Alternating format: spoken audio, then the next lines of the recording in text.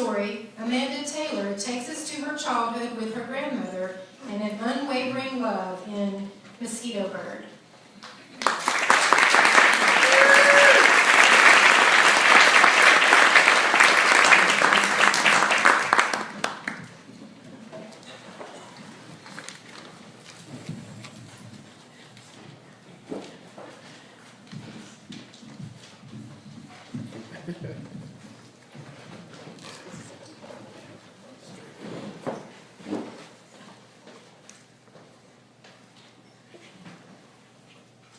I once saw a mosquito so big I thought it was a bird.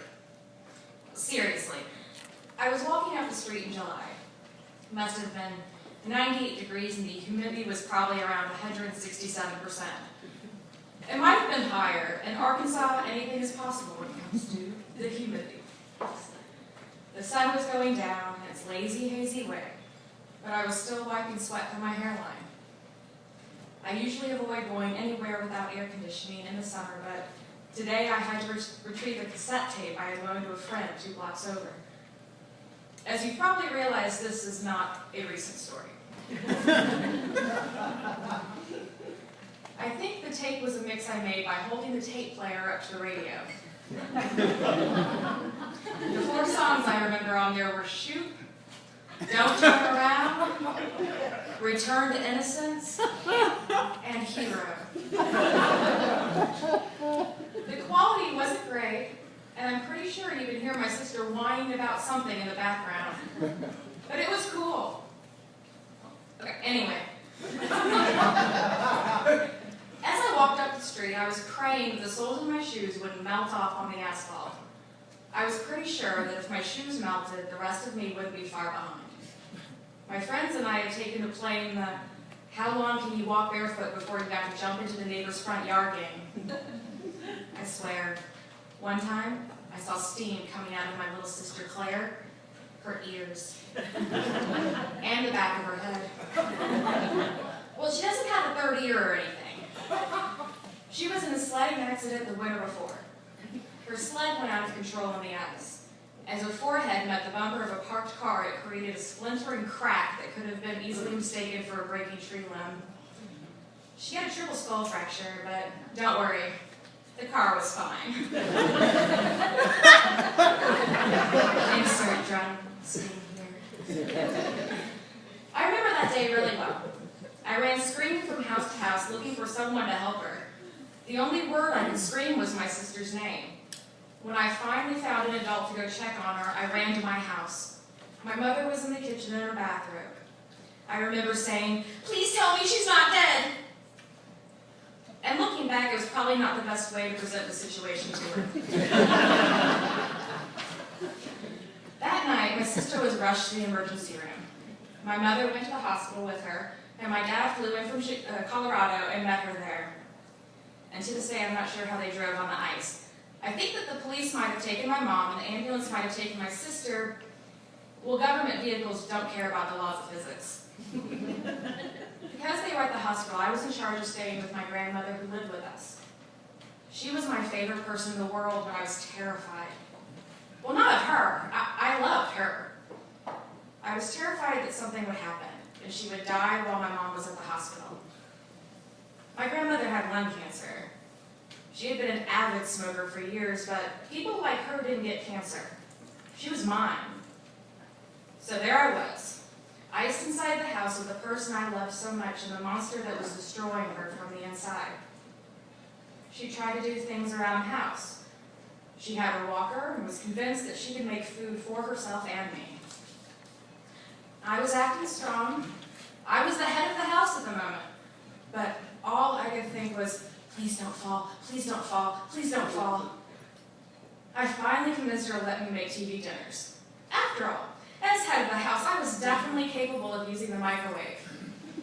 She did protest. She wanted to cook for me.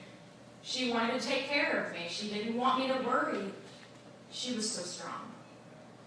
And I often burnt things I cooked in the microwave. When she ate her frozen meal, all I could think was, "Please don't choke, please don't choke, please don't choke." She didn't. When I brought her the newspaper the next morning, It had some very interesting information about my sister's condition. Apparently she, and a few other unlucky sledding enthusiasts, would be having brain surgery soon. We didn't have cell phones or the internet back then, so we had to get our information the old-fashioned way. Our phone book and our spanking new cordless phone. It turned out that she wasn't going to have brain surgery. She had a concussion, a triple skull fracture, but they would be returning home soon. She was going to be totally fine and didn't have any brain damage at all, just some cracks in her head. My grandmother was elated.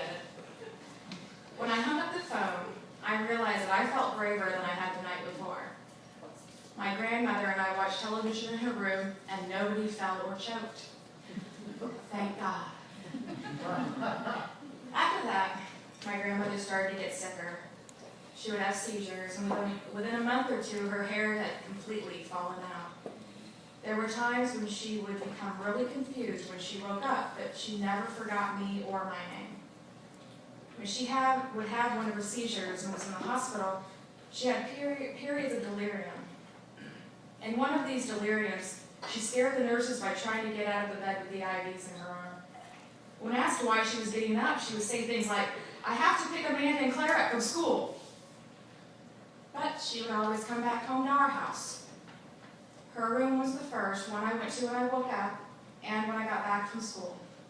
She would say, "Amanda, come here to me."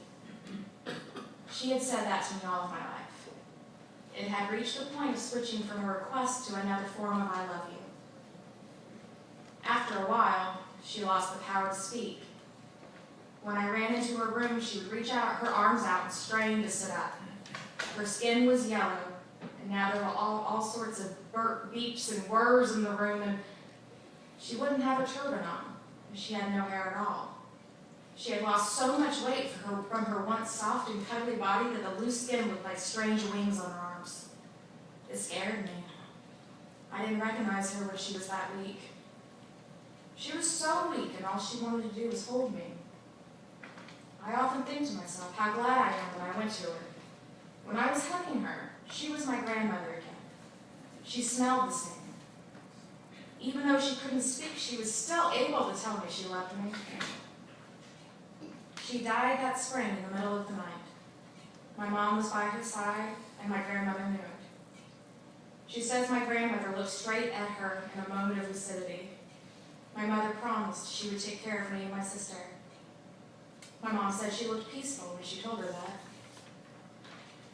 I was asleep on the pull-out couch in our living room when she drew her last breath. Nanny was my grandmother, and she loved me, my mom, and my sister more than anything in the world. We were her world, and she was ours. I'm sorry, I got distracted. I was talking about the mosquito bird.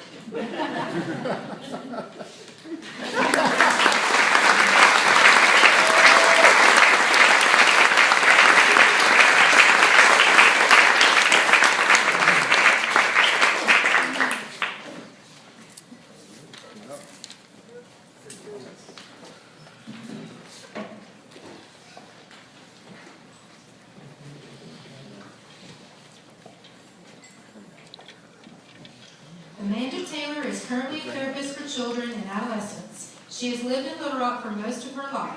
She has the best family and friends a person could ask for, and probably doesn't tell them that enough. She is a fan of drawing, playing music, theater, and writing.